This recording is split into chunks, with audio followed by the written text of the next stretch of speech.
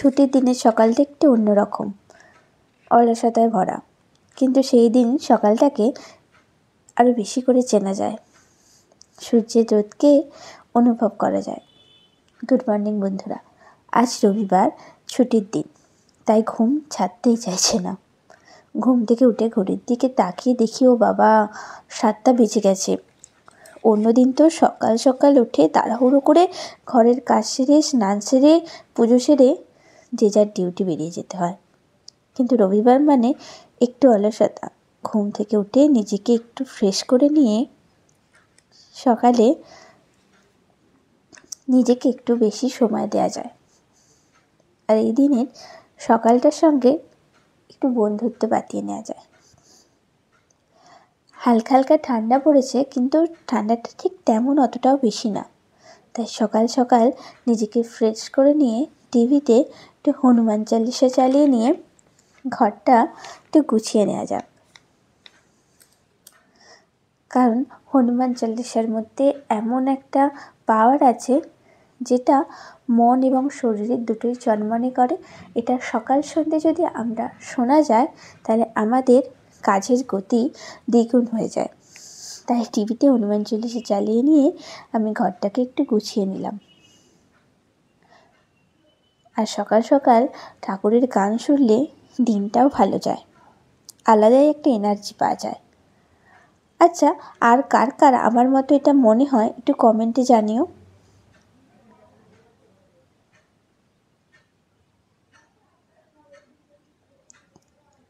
ঘর গুছানো হয়ে যাওয়ার পরে ব্যালকানিতে আমার কতগুলো গাছ আছে, যেগুলো আমার হাজব্যান্ড লাগিয়েছিল, সেগুলোই একটু জল দিয়ে নিই।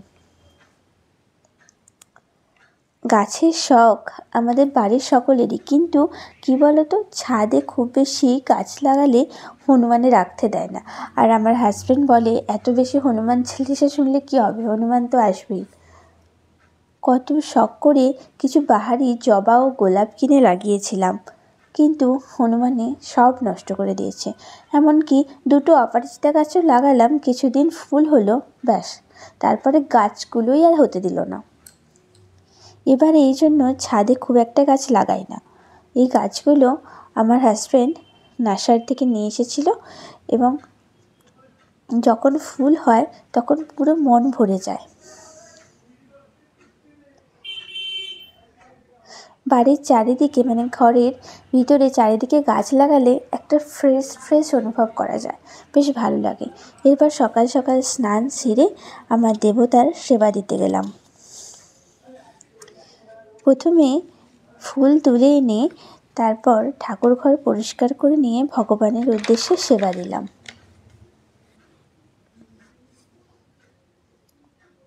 সকাল সকাল পুজো করাটা আমার একটা খুব ভালো লাগার জিনিস, কারণ সমস্ত কিছু যখন মানে মনকে উত্তেজিত করে তোলে, বা কিছু জিনিস যখন খারাপ লাগে, বা কিছু জিনিস যখন নিজের রাগটাকে বাড়িয়ে দেয়, আমার মনে হয় ভগবানের উদ্দেশ্যে ভগবানের সেবা করলে, ভগবানের সঙ্গে ঠাকুর ঘরে কিছুক্ষণ থাকলে মনটা অনেকটা শান্ত হয়ে যায়। আমার তো এটাই মনে হয়। আর আমার মনে হয় আমার মতো অনেকেই আছে যারা ঠাকুরের সেবা দিতে ভালোবাসে, এবং নিজের মনটাকে ঠাকুর ঘরে গেলে একটু ভালোভাবে একটু শান্ত অনুভব করে। তাই আমি ঠাকুর ঘরকে আগে ভালো করে পরিষ্কার করে নিয়ে ধূপবাতি জ্বালিয়ে ঠাকুরের সেবা দিলাম। আমি সেভাবে পুজোর নিয়ম বা মন্ত্র অতটাও জানি না, তবে যেটুকু জানি সেটা দিয়ে আমি আমার ভগবানের সেবা দিই। আর আমি মনে করি ভগবান মনের ভক্তিটাই দেখে, তাই ভগবানের সেবা দেওয়ার জন্য খুব বেশি যে মানে সব কিছু নিয়ম মেনেই করতে হবে এমন না। তবে হ্যাঁ, ভুলভাল কিছু নিয়ম না করাই ভালো। এমন কিছু আছে যেগুলো আমরা জানি না, কিন্তু কিছু ভুলভাল কাজ করে ফেলি, যার জন্য কিন্তু আমাদের জীবনে অনেক বেশি সমস্যায় পড়তে হয়। আমাদের ঠাকুর ঘরে মোটামুটি আমাদের সব ঠাকুরই আছে, এবং এই ঠাকুর ঘরটা আমি নিজের হাতেই আলপনা দিয়েছিলাম, কিন্তু যেহেতু ফেব্রিক রঙ, দেখছি মোছার ফলে একটু একটু উঠে যাচ্ছে রঙটা।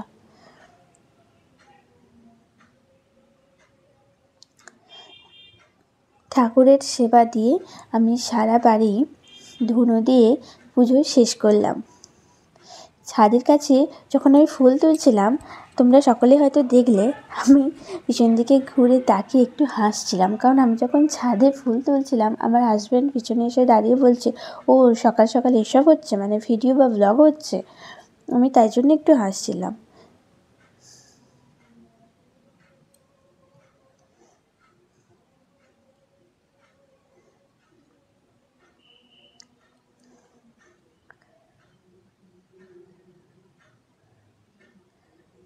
এই একটা ভিডিওতে তো সারা দিনের কাজ দেখানো সম্ভব নয়, তাই আমি আজকের এই ভিডিওটায় যতটুকু সম্ভব হয়েছে ততটুকুই দেখিয়েছি। এরপরে আরও অন্য কোনো ভিডিওয়ে বাকি সব কিছু দেখাবো। এবার পুজো হয়ে যাওয়ার পরে আমি চা নিয়ে চা পান করতে বসে পড়লাম, সাথে বেশ কয়েকটা বিস্কিট। তারপর মনের আনন্দে আমেজ করে চা পান করে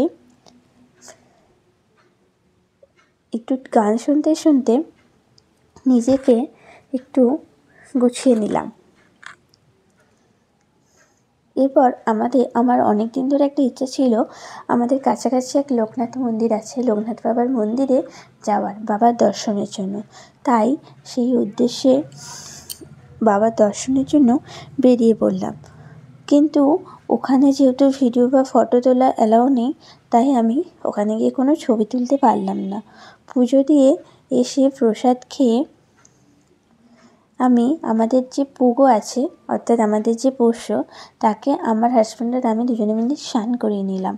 এভাবেই ওর সাথে মস্তি করে সময়টা কাটলো। দিনের বাকি সময় কীভাবে কাটলো ছুটির দিনে, সেটা অন্য একটা ভিডিওতে তোমাদের সকলকে দেখাবো। চলো বন্ধুরা, এখন টাটা।